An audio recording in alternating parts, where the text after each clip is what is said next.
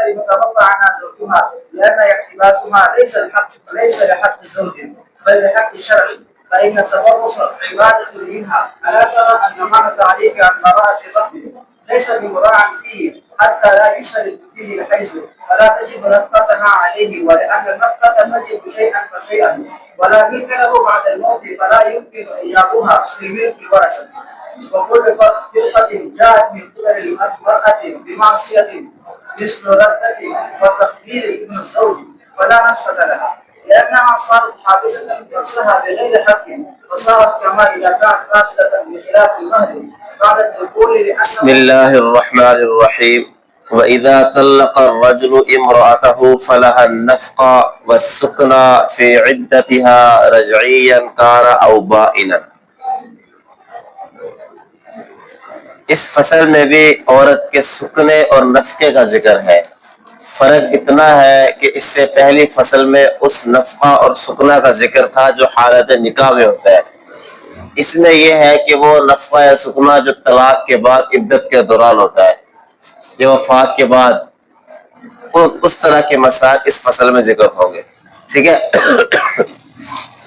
صورت مسئلہ یہ ہے کہ ایک آدمی نے اپنی بیوی کو طلاق دی،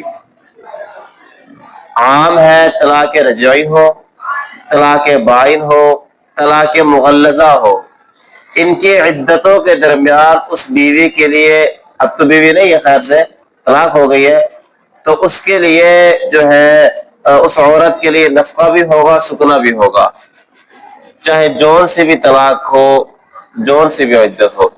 لیکن امام شافعی رحمہ اللہ فرماتے ہیں طلاق مغلظہ یا طلاق بائن کی صورت میں عدت کے دوران کا نفقہ نہیں ملے گا، الا یہ کہ وہ عورت حاملہ ہو۔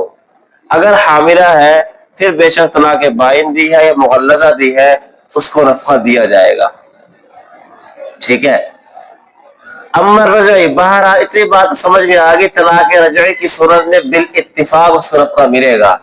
اس کی دلیل کیا ہے؟ اس کی دلیل یہ ہے کہ طلاق رجعی کی صورت میں نکاح بہرحال قائم ہے، خاص طور پر ہمارے نزدیک تو بغیر جو ہے رجوع کے وطی کرنا بھی جائز ہے عدت کے دوران، چونکہ من کل الوجوہ اس کی بیوی ہے، اس لیے اس دوران جو ہے کیا کہتے ہیں، اس دوران اس کو عدت کے دوران نفقہ دیا جائے گا۔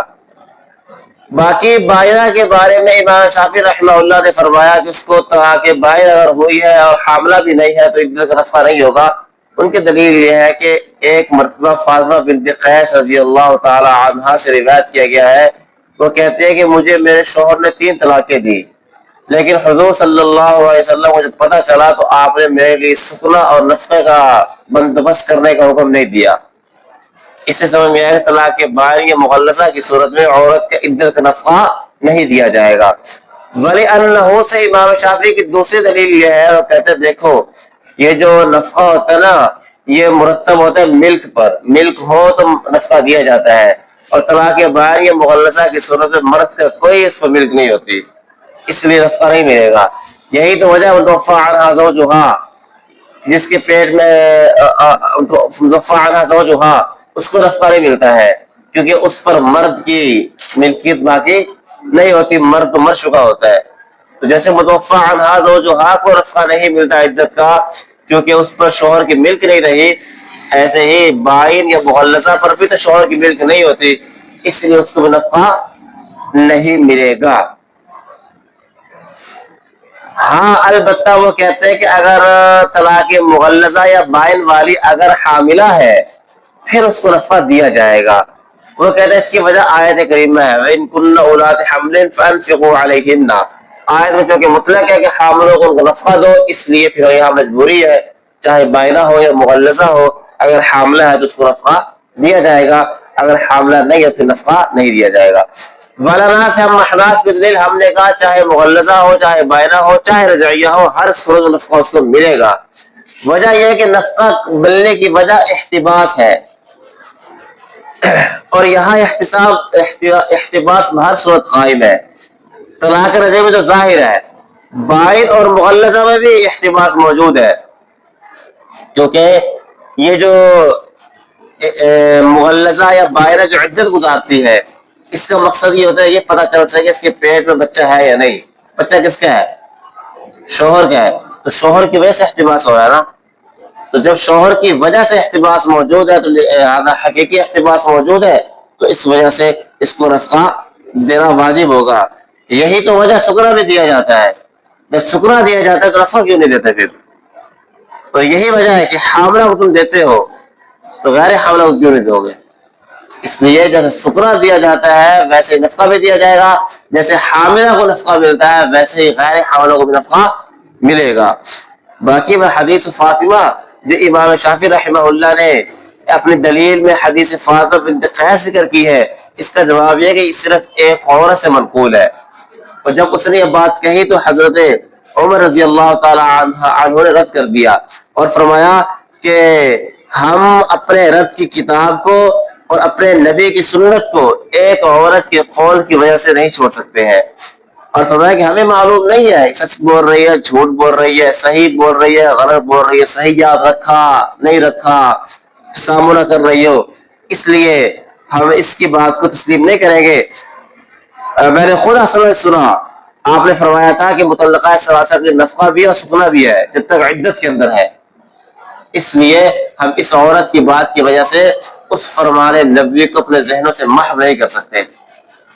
اور اس حدیث کو رد، اس عورت کے قول کو رد صرف حضرت عمر نے نہیں کیا بلکہ اور صحابہ بھی تھے. حضرت زید بن ثابت، اسامہ بن زید، حضرت جابر، حضرت عائشہ، ان سب نے بھی اس عورت کے قول کا کیا تھا، رد کر دیا تھا. اس لیے اس عورت کے ایک قول کی وجہ سے آپ استدلال نہیں کر سکتے. استدلال ہونے کی مستحکم اور ٹھوس دلیل چاہیے. ٹھیک ہے. ولا نفقة للمتوفى عنها زوجها، جس کا شوہر مر جائے عدت کے دوران نفقہ ملے گا؟ اس کے لیے نفقہ نہیں ہے. کیونکہ یہاں جو یہ احتباس کیا ہوا نا اس نے محبوس ہے 4 ماہ 10 دن کے لیے، یہ حق شرع کی وجہ سے ہے، شوہر کے حق کی وجہ سے نہیں ہے. اگر شوہر کے حق کی وجہ سے ہوتی نا تو شوہر کا حق بچے کے اندر ہے نا، وہ تو 1 حیض 2 حیض 3 حیض میں چل جاتا ہے. یہ تو 4 ماہ 10 دن کے لیے محفوظ ہو گئی ہے. اس کا مطلب ہے یہ شوہر کے لیے نہیں بلکہ شریعت کے حق کی وجہ سے ہے. تو جب شریعت کے حق کی وجہ سے ہے تو شوہر پر پھر نفقہ اب نہیں ہوگا اس کا.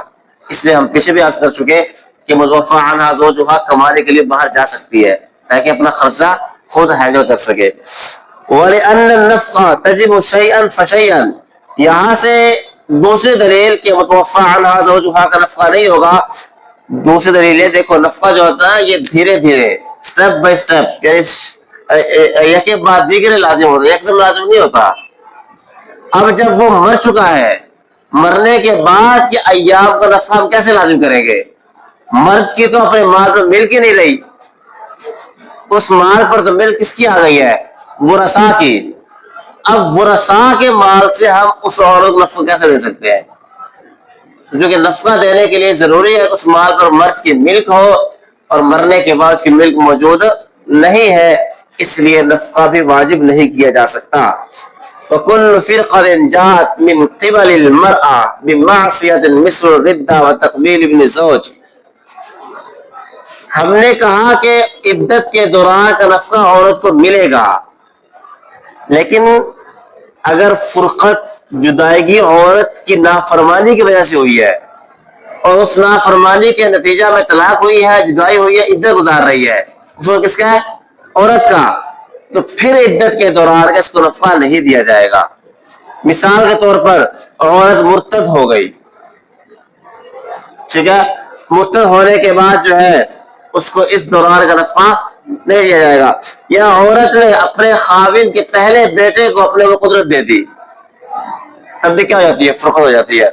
اب یہاں جو عدت گزارے گی اس عدت کا نفقہ نہیں دیا جائے گا، کیونکہ یہاں جو اس نے اپنے آپ کو محبوس کیا عدت کے دوران، اپنا قصور، اپنی غلطی ہے. اور عورت ناشزہ جس طرح ہوتی ہے اس کو نفقہ ملتا ہے؟ نہیں ملتا. یہ بھی گویا کہ ناشزہ کی طرح ہے، اس کو بھی نفقہ نہیں ملے گا. ہاں مہر کا مسئلہ اگر ہو، مثال کے طور پر شوہر نے دخول کر لیا، مہر تک نہیں دیا تھا، اس کے بعد عورت کی طرف سے نافرمانی ہوئی، فرقت ہو گئی. اب فرقت کے بعد اس کو مہر ملے گا، کہ مہر کے وجوب کا سبب ملک ہے. موزوں کو سپرد کرنا ہے، وہ سپرد کر چکی ہے، اس لیے وہ مہر ساقط نہیں ہوگا، البتہ نفقہ ساقط ہو جاتا ہے. ٹھیک ہے. بخلاف ما اذا جاءت الفرقہ من قبلها، ہر فرقت جو عورت کی طرف سے آئے گی وہ نفقہ کے عدم، نفقہ کے ختم ہونے کا سبب نہیں بنے گی، بلکہ عورت کی طرف سے ایسی فرقت آئے جو معصیت ثابت ہوئی ہو. جیسے ہم نے کہا کہ اپنے شوہر کے سابقہ بیٹے کو اپنے اوپر قدرت دے دی تو اس کو عدت کے دوران نفقہ نہیں ملے گا. لیکن اگر عورت کی طرف سے فرقت تو آئی ہے لیکن عورت کی اس میں معصیت نہیں ہے، عورت کی نافرمانی نہیں ہے، ایک حق کی وجہ سے اس نے فرقت ڈالی ہے. مثال کے طور پر شوہر نے اس کو اختیار دیا تھا کیا اپنے آپ کو اختیار کر لے، ٹھیک ہے، تو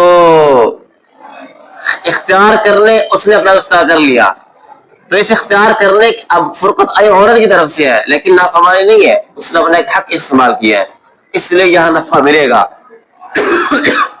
یا بچپنے میں نکاح ہوا تھا، بالغ ہونے کے بعد عورت کو حق بلوغ ملا، حق بلوغ استعمال کرتے ہوئے اس نے اپنے آپ کو اس سے جدا کر لیا، فرقت عورت کی طرف سے ہے لیکن نفقہ ملے گا، اس لیے کہ یہ فرقت نافرمانی والی نہیں ہے.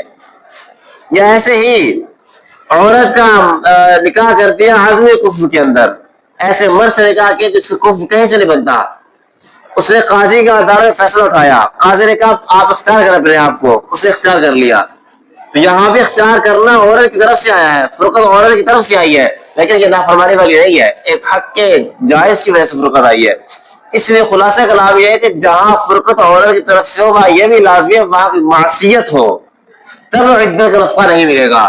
لیکن اگر فرقت عورت کی طرف سے ہے لیکن وہاں کوئی معصیت نہیں ہے، ایک حق کے جائز کی وجہ سے عورت نے فرقت ڈالی ہے، تو اس دوران جو عدت ہوگی اس کا نفقہ شوہر کو دینا پڑے گا.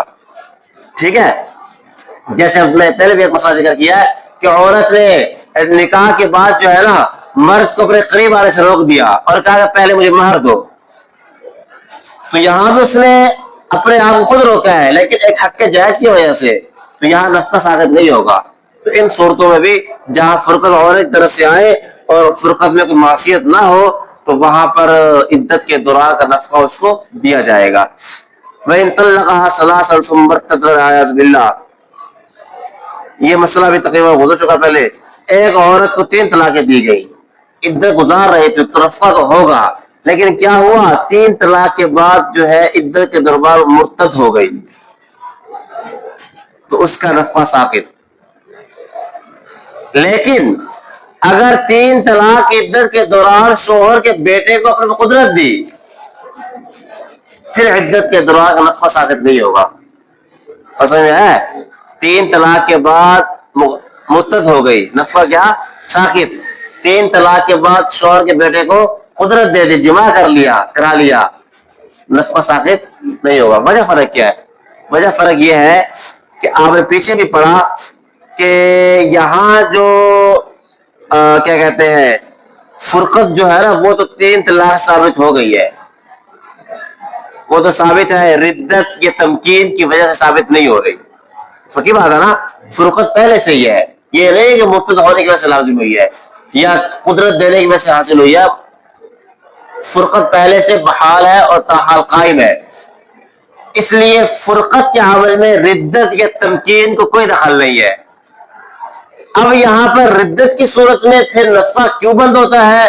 اس کی وجہ یہ ہے، آپ نے پیچھے پڑھا کہ جب عورت کسی کے حق میں محبوس ہو جائے، کسی وجہ سے محبوس ہو جائے تو نفقہ نہیں ملتا اس کو، اور یہاں شریعت کے حق کی وجہ سے محبوس ہو گئی، شریعت کہے کہ اس کو قید کرو، تو جب قید ہو جائے گی تو قید کے زمانے کا نفقہ نہیں ملے گا، اس لیے یہاں نفقہ ساقط ہوگا. اور جس نے شوہر کے بیٹے کو قدرت دی ہے وہ تو قید نہیں ہوتی، وہ تاحال اسی حالت میں موجود ہے اور فرقت پہلے سے ہی ہے، اس لیے وہاں نفقہ ساقط نہیں ہوگا، وہاں نفقہ اس کو دینا پڑے گا. خلاصہ کلام یہ ہے ردت کی صورت میں اس لیے نفقہ ساقط ہوگا کہ وہاں وہ کسی اور کے حق میں محبوس ہو گئی، اور احتباس جب کسی اور کے حق میں ہو تو اس زمانے کا نفقہ نہیں ملتا. اور تمکین کی صورت میں چونکہ وہ کسی کے حق میں محبوس نہیں ہو رہی، وہ پہلے کی طرح بحال ہے، اس لیے وہاں اس کو نفقہ دیا جائے گا. فصل، اس فصل کے اندر صاحب قدوری بچوں کے نفقہ کا ذکر کریں گے کہ طلاق ہو گئی یا طلاق نہیں ہوئی، جو بھی ہے اس دوران جو بچے پیدا ہوں گے بچوں کا نفقہ کس کے ذمہ ہوگا. ٹھیک ہے، طلاق بھی ہو جاتی ہے بسا اوقات، تو اس طلاق کے بعد عورت پرورش کرتی ہے بچوں کی، اس پرورش کے دوران خرچہ کون دے گا. اس طرح کے مسائل اس فصل میں ذکر ہوں گے. فرمایا چھوٹی اولاد، نابالغ اولاد کا خرچہ صرف اور صرف باپ پر ہے، اس میں اس کی بیوی یا کوئی اور شریک نہیں ہوگا. جیسے زوجہ کا نفقہ کس پر ہے؟ صرف شوہر پر ہے، ایسے ہی چھوٹے اولاد کا نفقہ بھی صرف باپ پر ہے. دلیل اللہ فعلی المولود له رزقهن، مولود لا یعنی ماؤں کا نفقہ کن پر ہے؟ باپوں پر ہے. تو ماؤں کا نفقہ کیوں ہے؟ کیونکہ یہ بچوں کے جننے کا سبب ہوتی ہے. تو جب یہ سبب کا نفقہ شوہر پر آ رہا ہے تو مسبب جو ہے بچوں کا نفقہ تو بتائیے کہ اولا آئے گا. ٹھیک ہے، جس کی وجہ سے نفقہ آ رہا ہے تو ان وجوہات کی بنیاد پر بتائیے کہ اولا نفقہ وہاں لازم ہوگا. سمجھ میں آ گئی؟ تو جب ماؤں کا نفقہ بچوں کی وجہ سے ہے تو بچوں کا نفقہ بتائیے کہ اولا ہوگا. ٹھیک ہے. وَإِنْ كَانَ الصَّغِيرُ رَضِيعًا فَلَيْسَ عَلَىٰ أُمِّهِ، فرمایا کہ صغیر جو بچہ ہے چھوٹا، ماں پر لازم نہیں ہے اس کو دودھ پلائے، فرض واجب نہیں ماں پر. اگر انکار کرتے انکار کو معتبر مانا جائے گا، کیونکہ آپ ابھی بتایا میں نے کہ باپ پر بچوں کی کفالت ہے، باپ ان کا خرچہ اٹھائے، اور دودھ پلانے کی اجرت بھی نفقے کی طرح ہوتی ہے. اس لیے وہ نہیں پلا رہی تو ٹھیک ہے، اس کی مرضی ہے، بچہ تو آپ کا ہے، بچے کی نسبت آپ کی طرف ہے، اس کے دودھ کی پلانے کی اجرت برداشت کرے گا باپ. ایک رضیعہ اس کے لیے ہائر کرے گا، اس کو لائے گا اور وہ اس کو دودھ پلائے گی. اور عورت اس کی جو اصلی ماں ہے وہ انکار کرتی ہے، اس کو معتبر مانا جائے گا. اس لیے کہ بس اوقات ہوتا ہے، مجبوریاں ہوتی ہے، دودھ پلانے کے مسائل ہوتے ہیں تو وہ نہیں پلا سکتی ہے، اس کی بات کو ماننا پڑے گا. ٹھیک ہے. اور باقی اللہ نے جو فرمایا کہ وَلَا تُضَارَّ وَالِدَةٌ بِوَلَدِهَا، اس کا مطلب یہی ہے کہ بچوں عورتوں کو، والدہ کو بچوں کو اس تکلیف نہ دی جائے. اس کا مطلب یہی ہے کہ ان کو زبردستی دودھ پلانے مجبور نہ کیا جائے. اگر پلاتی ہے تو ان کو ثواب دید پر ہے، نہیں پلاتی کوئی زبردستی نہیں ہے. یہ تب ہے کہ ہم زبردستی نہیں کریں گے جب اس کے متبادل ہمیں کوئی دودھ پلانے والی مل رہی ہو. اگر کوئی مل ہی نہیں رہی ہے، اب ہم اسی کی اصل حقیقی ماں کو مجبور کریں گے دودھ پلا، تاکہ بچے کی جان ضائع نہ ہو جائے کہیں. پھر بچے کی حفاظت کی خاطر ماں کو مجبور کیا جائے گا. ہاں اور ملتی ہے اگر، پھر ماں کو مجبور نہیں کیا جائے گا.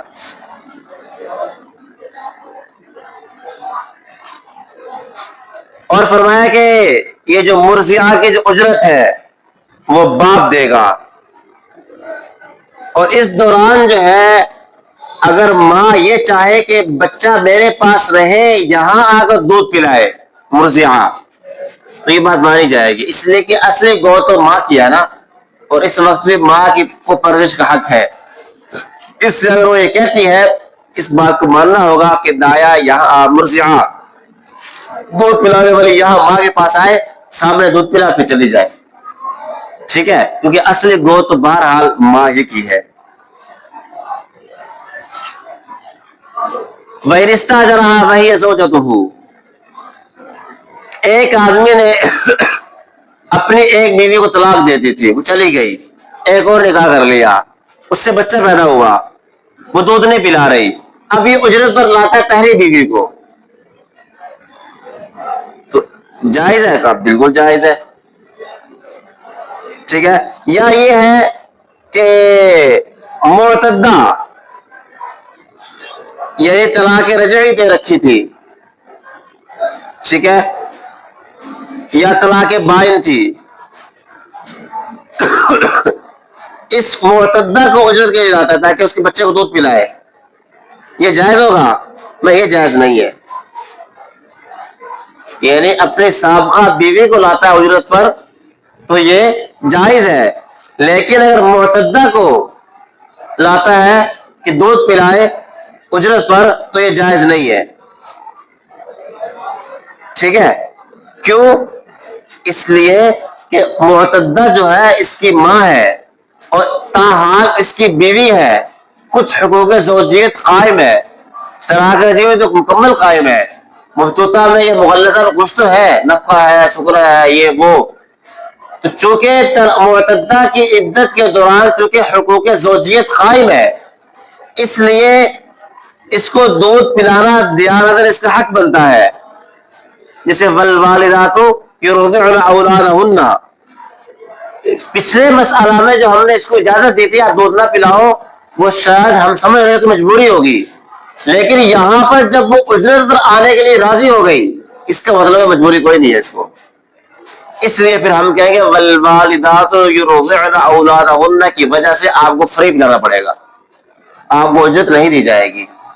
ہاں جو وہ تھی دوسری جو ہے یعنی کہ سابقہ بیوی, اس کو لے سکتا ہے اجرت پر, اس لیے کہ وہ تو اس کی اب اجنبیت میں آ گئی ہے, اس کی زوجہ نہیں رہی, تو ایک اجنبی مرجعہ کی طرح ہے, اس کو اجرت اس کو دینی پڑے گی. بات سمجھ آ گئی؟ وَلَوِ اسْتَأْجَرَهَا وَهِيَ مَنْكُوحَتُهُ او معتدته لإرضاع له من غيرها جازا. فرمایا کہ اگر اجرت پر لیا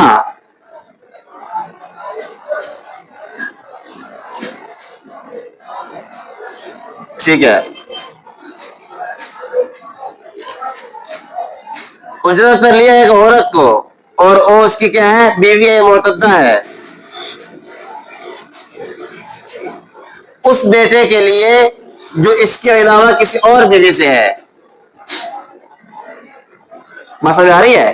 مثال کے طور پر جو ہے نا, پیر صاحب کی دو بیویاں ہیں, ٹھیک ہے, اور ایک بیوی سے بچہ پیدا ہوا, وہ دودھ نہیں پلا سکتی, پیر صاحب نے دوسری بیوی سے کہا کہ آپ دودھ پلائے اور آپ اجرت دو گا, یا دوسری بیوی عدت گزار رہی تھی, عدت کے دوران کہا گیا آپ دودھ پلا دیا کر, میری پہلی بیوی نہیں پلا سکتی ہے, تو یہاں اجرت پر لینا جائز ہے, کیونکہ اس خاتون کا اس خاتون کے بچے سے کوئی لنک نہیں, کوئی تعلق نہیں ہے, اس لیے اس کا حق میں اجنبیہ ہے, اس لیے وہاں اجرت اگر وہ مانگی تو اس دینی پڑے گی. وَإِن قَضَتْ عِدَّتَهَا فَاسْتَأْجَرَهَا, اگر اہلیہ عدت گزار رہی تھی, اس دوران ہم نے کہا کہ اگر اس کو لائے گا تو اجرت نہیں ملے گی, لیکن اس کی عدت ختم ہو گئی, پھر اجرت پہ لاتا ہے, اس کو لاتا ہے اجرت پہ, تو اجرت پہ لانا پھر جائز ہوگا, اس لیے جب عدت ختم ہو گئی تو اس کا بالکل نکاح ختم ہو چکا ہے, اجنبیہ کی طرح ہو گئی ہے, اس لیے اب اس کو جب وہ لائے گا تو گویا کہ اجنبیہ مرجعہ کو لا رہا ہے, تو وہاں اگر اجرت طلب کرتے جو اس کو دینی پڑے گی. ٹھیک ہے. فَإِنْ قَالَ الْأَبُو,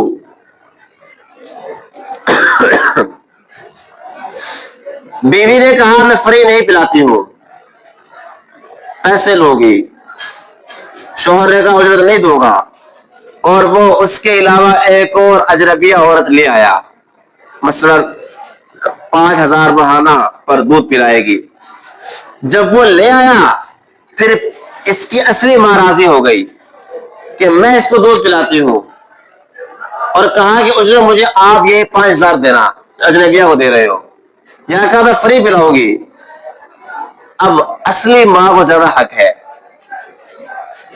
اور اس کو اس کے برابر اجرت ہے وہ دینی پڑے گی, کہ اس کو بھی تو دے رہا تھا نا, اور اس میں شفقت بھی کم تھی, تو یہاں دے شفقت بھی تو زیادہ ہے یہاں پر, اس لیے بچے کے حق کا رعایت یہ ہے کہ اب ماں کو 5,000 دے کر ماں سے دودھ پلوایا جائے.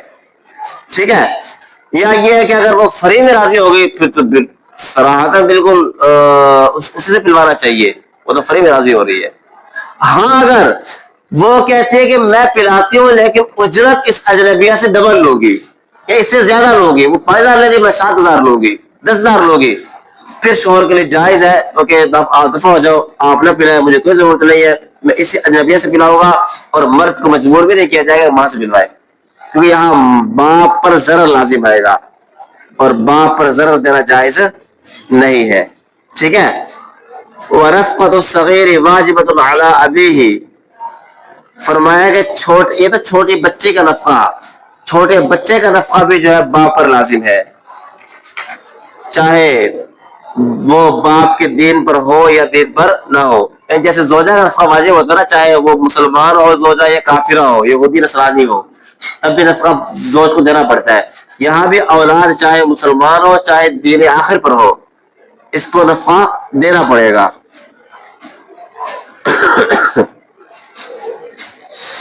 جی، زوجہ کو نفقہ کیوں دینا پڑتا ہے؟ اس لیے کہ زوجہ کو نفقہ دینے کا سبب عقد صحیح ہے، اور عقد صحیح کی وجہ سے احتباس آتا ہے، اور احتباس جس طرح مسلمان عورت پر ہے کافر عورت پر بھی ہوتا ہے، اس لیے احتباس کی وجہ سے اس کو نفقہ دینا پڑے گا. اور فرمایا کہ جی یہ جو ہم نے کہا نا مطلب میں کہ صغیر یا صغیرہ کا نفقہ باپ پر لازم ہے، یہ تب ہے جب صغیر یا صغیرہ غریب ہو، ان کا اپنا کوئی ذاتی جائیداد نہ ہو، اپنا مال نہ ہو. لیکن اگر صغیر یا صغیرہ کا اپنا خود مال موجود ہے، پھر ان پر خرچہ ان کے اپنے مال سے کیا جائے گا، کیونکہ اصل یہ ہے شریعت کے اندر انسان اپنی ذات پر خود خرچ کرے اپنے مال سے، چاہے وہ چھوٹا ہو یا بڑا ہو. یہ تب ہے باپ پر لازم جب ان کے پاس اپنا ذاتی مال موجود نہ ہو. فصل یہاں تک رکھ لیتے ہیں، باقی انشاءاللہ زندگی رہی تو پھر دیکھ لیں گے انشاءاللہ.